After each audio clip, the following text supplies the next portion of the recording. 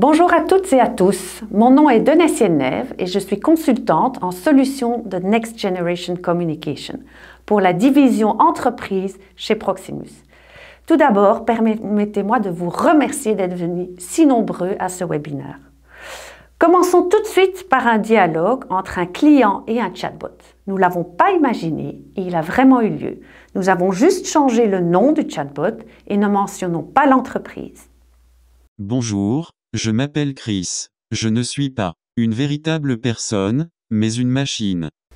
Bonjour, je cherche des enceintes pour PC, mais avec une possibilité d'une connexion USB. Vous cherchez un produit, son prix, sa disponibilité? Oui, votre catalogue en ligne ne mentionne pas cette information. Vous cherchez un produit, son prix, sa disponibilité? Oui, pouvez-vous m'indiquer les modèles qui correspondent à ce que je cherche? Les modèles de votre catalogue en ligne ne mentionnent pas cette information. Vous trouverez tous les produits sur la page ordinateur. Pour vérifier si ce produit est disponible, vous pouvez utiliser la fonction de recherche en haut de cette page. Puis-je vous être utile avec autre chose? Vous n'avez pas répondu à ma question. Désolé, je ne saisis pas très bien. Souhaitez-vous prendre contact avec mes collègues du service compétent? Oui, s'il vous plaît. Si je vous comprends bien, vous désirez contacter le service clientèle. Pouvez-vous m'expliquer à quel sujet vous souhaitez prendre contact avec mes collègues? Que pouvons-nous constater à propos de cette discussion? Le chatbot a posé la même question au moins 2 fois de suite, ce qui a obligé le client à se répéter. Finalement, le client n'a pas eu sa réponse qu'il attendait et il a fait savoir au chatbot. Du coup, le chatbot a proposé l'aide d'un collaborateur humain, point positif, mais il ne se souvenait plus de la requête initiale. Ce résultat n'est pas surprenant. En Belgique, une enquête de The House of the Contact Centers a estimé à plus de 35% le taux d'expérience décevante avec un chatbot. Mais chez Proximus, nous sommes convaincus qu'un chatbot peut être utile pour votre entreprise et satisfaire vos clients. Il faut toutefois éviter les erreurs les plus fréquentes de conception et veiller à l'amélioration continuellement. Commençons tout d'abord par une sélection de best practices sans lesquelles un projet de chatbot est au pire voué à l'échec, au mieux simple gadget sans grande utilité. Premièrement, choisir les bons canaux pour déployer votre bot. On peut déployer un bot sur de nombreux canaux. Par exemple, un site web, Facebook Messenger ou WhatsApp. Un voice bot fonctionne sur une ligne téléphonique ou derrière un 0800. Le choix du canal dépendra de votre public cible, mais aussi du style de conversation. Par exemple, il n'est pas encore possible de proposer des boutons de choix multiples sur WhatsApp, alors que c'est possible sur Facebook Messenger ou un site web. Souvent, les clients commencent par déployer un bot sur un canal spécifique de communication. S'ils envisagent de le déployer ultérieurement sur un autre canal, mieux vaut tenir compte dès la phase de conception. Le bot sera dès lors plus facile à transposer d'un canal à un autre, sans devoir réécrire tout le design de la conversation. Deuxièmement, créer le cas d'utilisation approprié. Quel service doit être précisément rendu à votre bot? Un suivi de commande, expliquer l'utilisation d'un produit, aider à réinitialiser un mot de passe? L'erreur la plus commune lors d'un bot est le manque de préparation. Définissez donc à l'avance de manière très précise les cas d'utilisation pour lesquels le bot va devoir être utilisé. Sélectionnez des use cases qui reviennent souvent au niveau du volume, qui sont personnalisables selon l'utilisateur ou qui feront économiser du temps à vos collaborateurs. Mieux vaut se concentrer sur un nombre limité, voire un seul cas d'utilisation.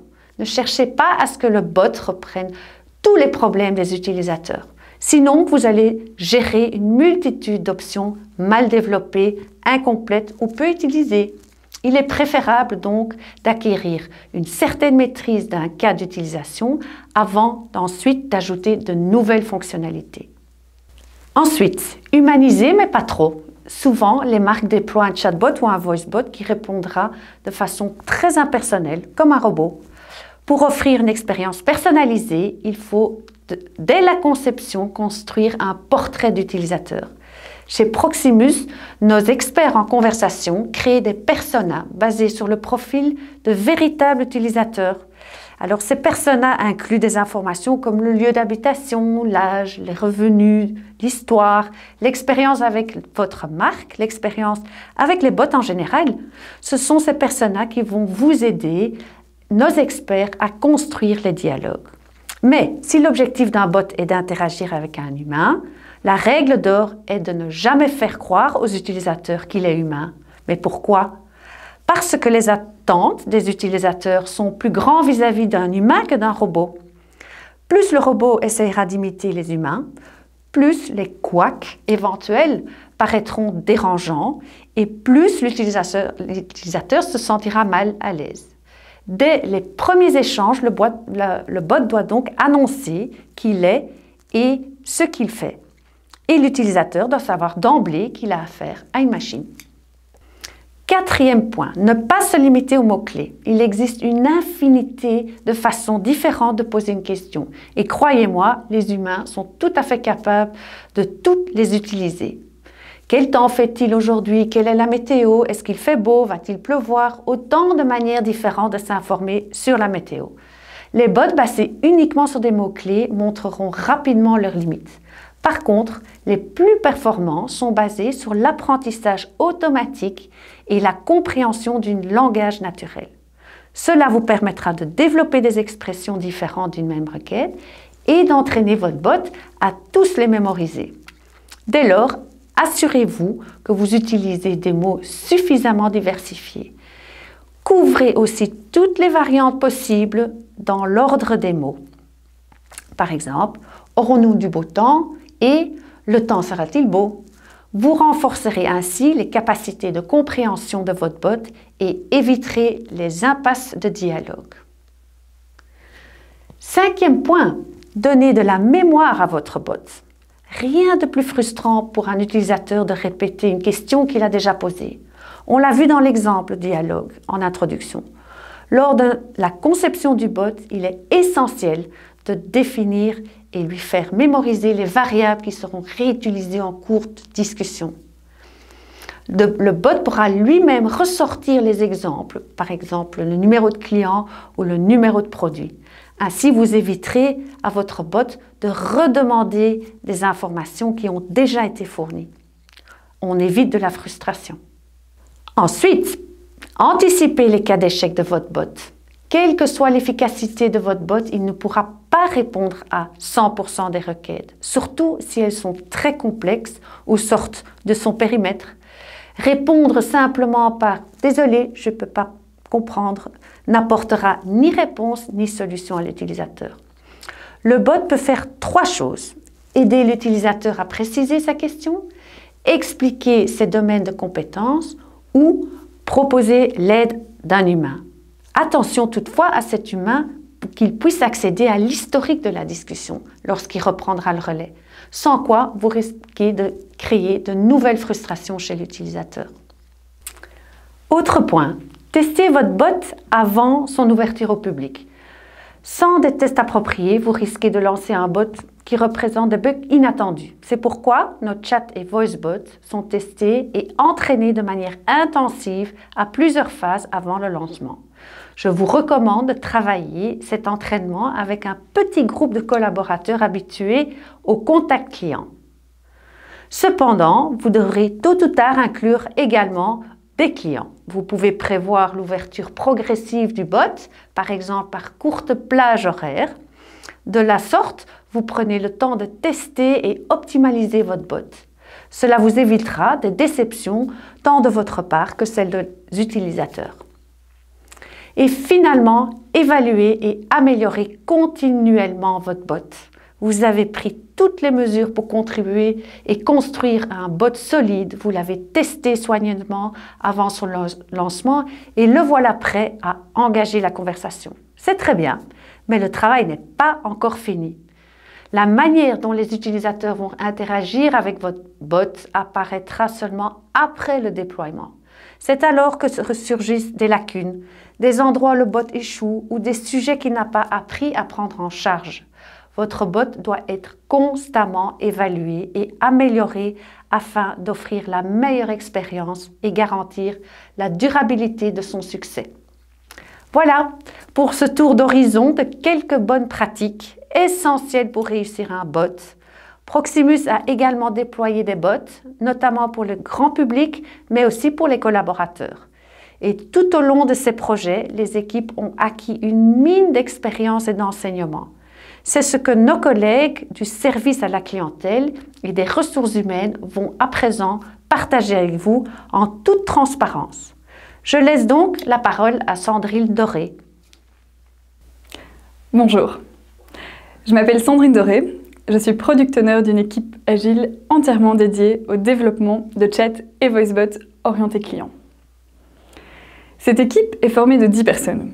Elle comporte un Product Owner, un Scrum Master, 4 copywriters et divers spécialistes et développeurs dédiés aux différentes composantes d'un chatbot. Lors du développement de notre Proximus Assistant, un chatbot dédié à nos clients grand public, nous avions bien entendu appliqué toutes les recommandations que vous venez de voir. Et pourtant, une fois le bot publié, les interactions avec les utilisateurs nous ont réservé quelques surprises. Elles ont mis à l'épreuve tous les contenus et les logiques prédéfinies. Mais avant de regarder quelques cas concrets, attardons-nous d'abord sur ce qui constitue un chatbot. Alors un chatbot va fonctionner pourvu qu'il possède une cartographie de la langue, composée d'expressions, des phrases typiques et toutes leurs variantes. Cette cartographie sera organisée sous forme d'intent, donc des thématiques qui vont de bonjour à l'intention d'acheter un GSM.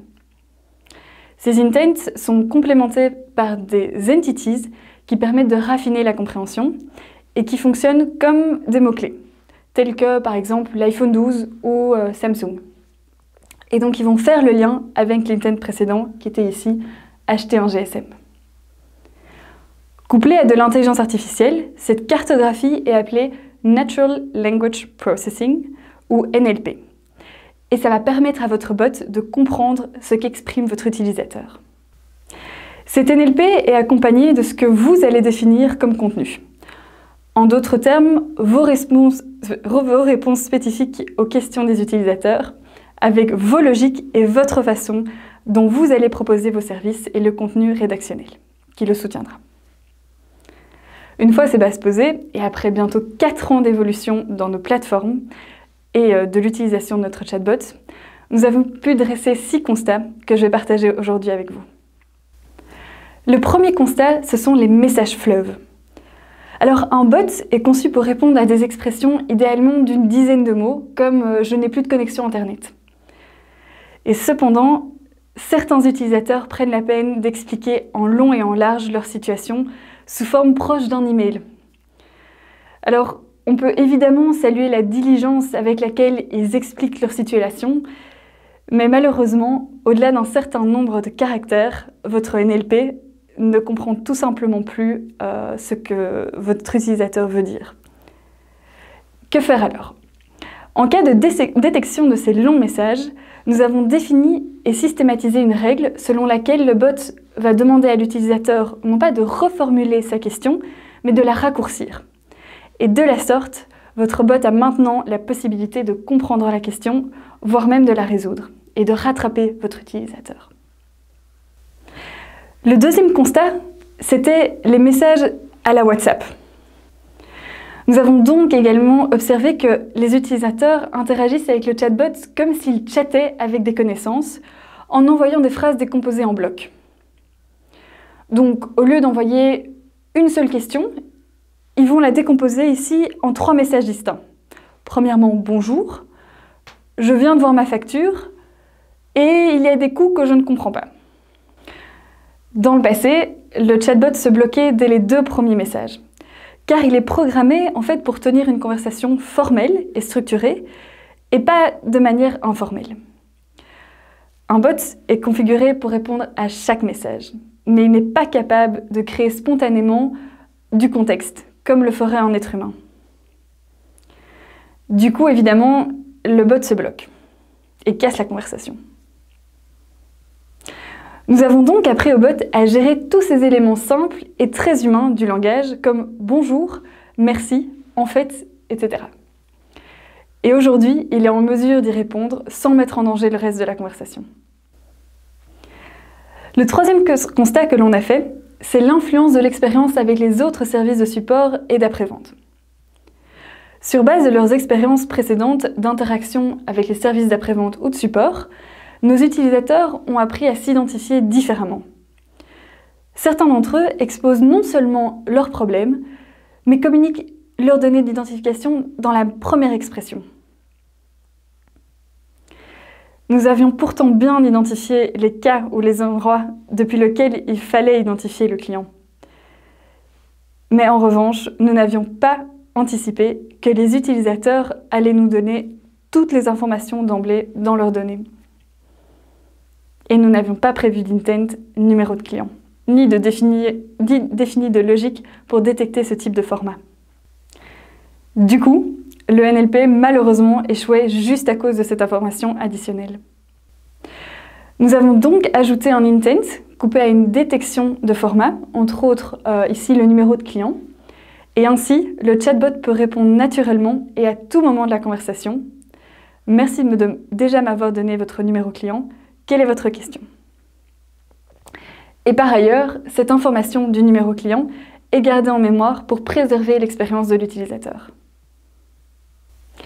Le quatrième constat que nous avons fait, ce sont les alternatives en cas de non-compréhension ou de demi-compréhension. La logique première reste bien de s'appuyer sur les expressions qui activeront un intent. Par exemple, acheter un GSM ou un smartphone. Et tout cela relève vraiment de l'importance capitale de préserver votre NLP, c'est-à-dire votre cartographie du langage. Le succès de votre bot repose en grande partie sur la clarté de cette cartographie. Néanmoins, le cas précédent nous a amené à réfléchir. Lorsque plusieurs intents sont détectés simultanément, le chatbot ne parvient pas à donner de réponse. La question devient alors, lors des échecs du chatbot, et pour autant que certains mots-clés, donc entities, restent identifiables, que peut-on proposer comme alternative à l'utilisateur, autre que le simple « je n'ai pas compris ». C'est donc en analysant les cas les plus fréquents et sur base de mots-clés tels que facture, décodeur, internet, que nous avons amélioré la réponse du bot en cas d'échec, à l'aide d'entities, donc de nos mots-clés.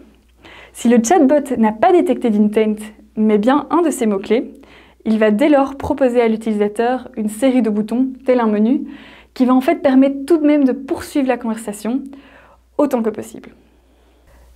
Le cinquième constat a été de passer la conversation à un agent. Il est capital de permettre à votre utilisateur de parler à un agent.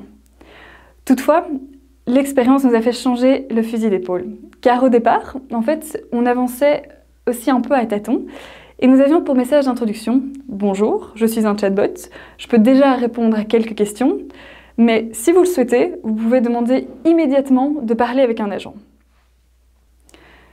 Que se passait-il?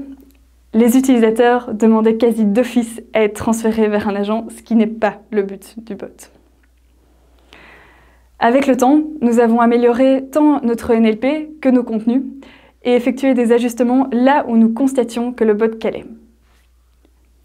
Résultat des courses, et fort de ces apprentissages, nous avons estimé plus justifié de pousser le bot davantage et de proposer le transfert vers un agent qu'en cas de réelle nécessité. Et sixième et dernier constat, l'humain avant tout. Que constatons pour finir? Qu'il s'agisse de logique déterminée ou de compétences proposées du début à la fin de la conversation, votre bot est construit par des humains et pour des humains. Gardez bien cela à l'esprit. Et pour terminer, je vous propose de considérer les recommandations suivantes. Tout d'abord, Annoncez les choses clairement et simplement. Vous êtes un bot? Vous êtes un bot. Soyez transparent. Ensuite, expliquez à l'utilisateur pourquoi il doit suivre une étape ou faire une action. Comme par exemple, télécharger la mise à jour pour accéder à plus de fonctionnalités. Et exprimez clairement votre attente de passer à l'action. Comme par exemple, quelle solution souhaitez-vous? Faites votre choix ci-dessous. Lorsque vous posez une question et attendez une réponse oui/non, pourquoi pas via des boutons par exemple, évitez les questions combinées. Évitez donc « Souhaitez-vous acheter ce produit maintenant ou plus tard ?» Faites attention à la prise de parole. Vous avez posé une question, laissez alors le temps à votre interlocuteur de prendre la parole. Très important aussi pour les voicebots. Et pour finir, adoptez un style concis, chaleureux si c'est votre choix, et privilégiez la voix active et évitez le jargon interne. Et surtout, ne rédigez pas en étant centré sur vous et ce que vous savez faire, mais portez toute votre attention entièrement sur votre utilisateur. Votre bot est là pour l'aider. Je vous remercie pour votre attention et je vous souhaite beaucoup de succès dans vos projets chatbot. Je laisse à présent la parole à Inge Sagon du service ressources humaines de Proximus. Elle va nous parler de sa propre expérience avec le chatbot qui a été développé pour les collaborateurs de Proximus. Bonjour à tous, je m'appelle Inge Sagon et je travaille aux ressources humaines comme HRIS Project Manager, entre autres pour Yoda, un chatbot dédié aux collaborateurs de Proximus. Je commence par quelques chiffres. Nous utilisons le chatbot Your Own Digital Assistant, autrement dit Yoda. Comme on vient de le préciser, notre Yoda est un chatbot interne réservé aux collaborateurs de Proximus. Yoda a soufflé ses 2 bougies le mois dernier. Et depuis son entrée en service, ce chatbot a vraiment évolué.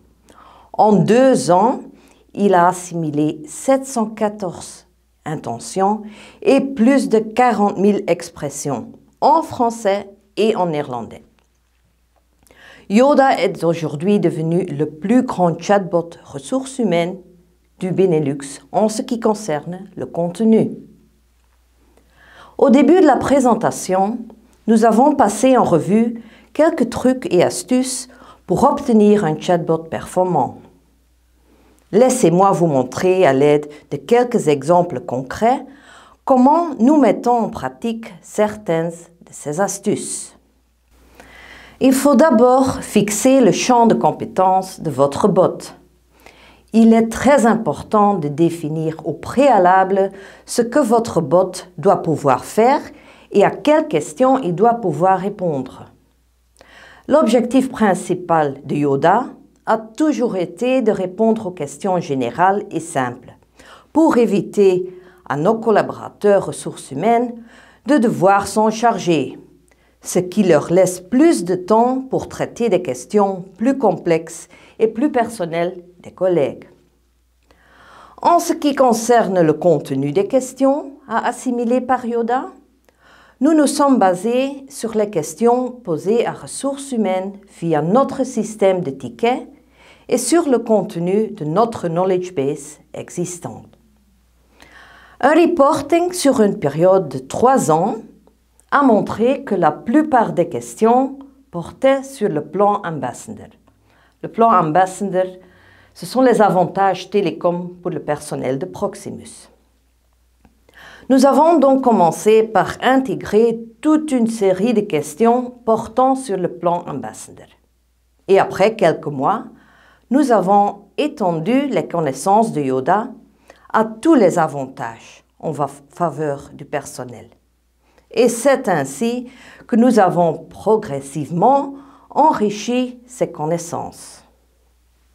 Vu l'importance de la préparation et des tests, nous conseillons de travailler en plusieurs étapes, surtout pour les grands chats ou voicebots. Parlons maintenant de la phase de test en cas d'ajout de nouveaux contenus. Dès que nous ajoutons du contenu, nous effectuons des tests étendus. Comme je viens de l'expliquer, il s'agit d'abord de déterminer le contenu. Une fois que le contenu est défini, il faut rédiger une liste de questions qui s'y rapportent.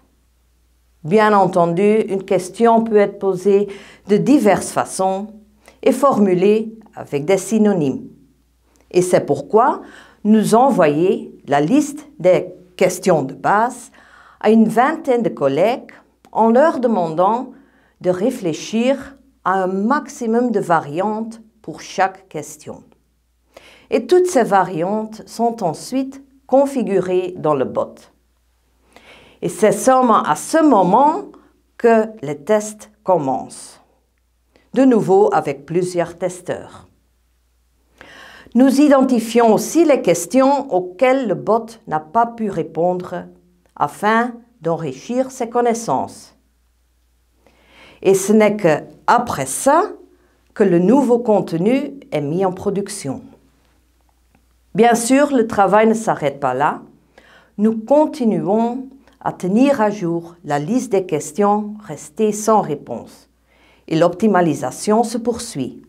Bien sûr, pour tout le contenu du bot. Quelques derniers conseils. Ne partez jamais du principe que votre bot est capable de répondre à toutes les questions. C'est tout simplement impossible. Ce qu'il faut en revanche, c'est bien gérer les attentes de vos clients par rapport au bot. Vu notre approche par phase, nous avons configuré Yoda pour qu'il indique au début de chaque conversation quelles questions il est capable de traiter à ce stade. Parfois aussi, certains sujets ont une pertinence temporaire. Dans ce cas, nous avons décidé de ne pas les apprendre à Yoda. Bien sûr, il arrive malgré tout que des questions soient posées à ce sujet. Et dans ce cas, nous configurons toujours Yoda pour qu'il mentionne un lien où le collaborateur pourra trouver de plus amples informations. Voilà, vous en savez maintenant davantage sur notre approche concrète. Je rends maintenant la parole à Donatienne. Merci Sandrine et Inge d'avoir partagé vos expériences avec nous. C'était inspirant et extrêmement intéressant. À présent, j'aimerais terminer ce webinaire en partageant également 2 cas d'utilisation auprès de clients chez nous qui avons développé des bots Proximus. Le cas d'ALD Automotive. ALD est une société spécialisée dans les solutions de mobilité, leasing, gestion de flotte. Initialement active dans B2B, l'entreprise a constaté un intérêt croissant des particuliers pour le leasing avec un impact naturellement sur la façon de traiter avec ses clients. En effet, les clients professionnels d'ALD appellent pendant les heures de bureau et reçoivent les informations essentiellement par lettre par email. Tandis que les clients particuliers, ils préfèrent joindre ALD en dehors des heures de bureau et de préférence 24/7. Le problème, c'est que ALD, ils n'ont pas d'agent disponible en dehors des heures d'ouverture. Et donc, pour répondre à ces nouvelles attentes, ALD a eu l'idée d'ajouter des canaux supplémentaires à son contact center. Donc, en plus du téléphone et de l'email, ils ont ouvert du WhatsApp for Business, qui est très populaire auprès des utilisateurs. Il a également décidé d'associer un chatbot, Proximus, qui permet 24/7 de résoudre étape par étape les questions des clients. Un exemple. Supposons qu'un client signale via WhatsApp qu'il a une fissure de son pare-brise. Que doit-il faire? Le chatbot demandera d'abord au client s'il est assuré pour ça. Il montrera même une photo où le client peut aller vérifier ses papiers d'assurance. Ensuite, le chatbot expliquera étape par étape ce que le client doit faire. Les retours des clients sont extrêmement positifs. Ensuite, le cas de Start People. Dans le retour d'expérience de Inge, nous avons vu à quel point un chatbot pouvait être utile pour répondre aux questions les plus fréquemment posées par nos collègues sur les avantages extrasalariaux. Bien d'autres domaines d'application sont également possibles dans les ressources humaines. C'est par exemple le cas pour Start People, un de nos clients spécialisés dans le recrutement par intérim et qui cherchait une solution pour traiter plus efficacement la gestion des absences pour ma maladie. Il faut savoir en effet que lorsqu'un employé était malade, il ne savait pas toujours où envoyer son certificat médical. Il appelait alors le contact center de Start People où le temps d'attente pouvait atteindre jusqu'à 20 minutes. Nous avons donc installé un chatbot sur l'intranet de la société ainsi que sur les comptes WhatsApp et Facebook Messenger. Désormais, les employés n'ont plus qu'à prendre une photo de leur certificat médical et l'envoyer directement par l'entremise du chatbot 24/7. Résultat, 86% des certificats médicaux sont désormais envoyés directement via les canaux digitaux. Les appels téléphoniques ont diminué considérablement et le chatbot résout 97% des requêtes. Notre webinaire touche à sa fin. J'espère que nous avons pu vous inspirer avec quelques pistes de réflexion, les bonnes pratiques à suivre et les erreurs à éviter pour vous permettre de réussir un projet Chat et VoiceBot. Proximus. Think possible.